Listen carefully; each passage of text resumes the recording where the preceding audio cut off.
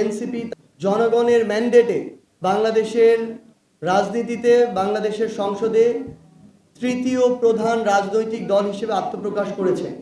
এই এক বছরে অনেক রাজনীতিতে প্রত্যাশিত অপ্রত্যাশিত ঘটনা ছিল।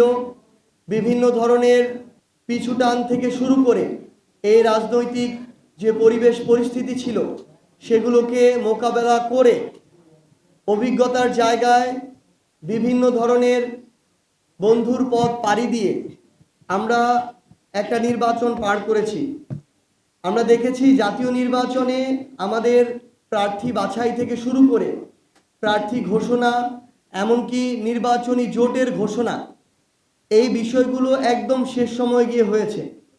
যে কারণে আমাদের জায়গা থেকে স্থানীয় পর্যায়ে সংসদীয় আসনগুলোতে যতটুকু আমাদের প্রস্তুতির সময় প্রয়োজন ছিল, সুযোগ প্রয়োজন ছিল, ততটুকু আমরা আমাদের জায়গা থেকে নিতে পারিনি।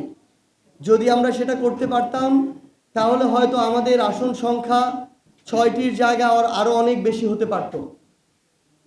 তো সেই জায়গা থেকে শিক্ষা নিয়ে আগামীতে যে স্থানীয় পর্যায়ে নির্বাচনগুলো আসছে সেই নির্বাচনে যেন আমাদের একই ভুলের পুনরাবৃত্তি আর না হয়, সেটাকে সামনে রেখে আমরা আমাদের রাজনৈতিক এবং দলীয় কর্মসূচি নির্ধারণ করেছি।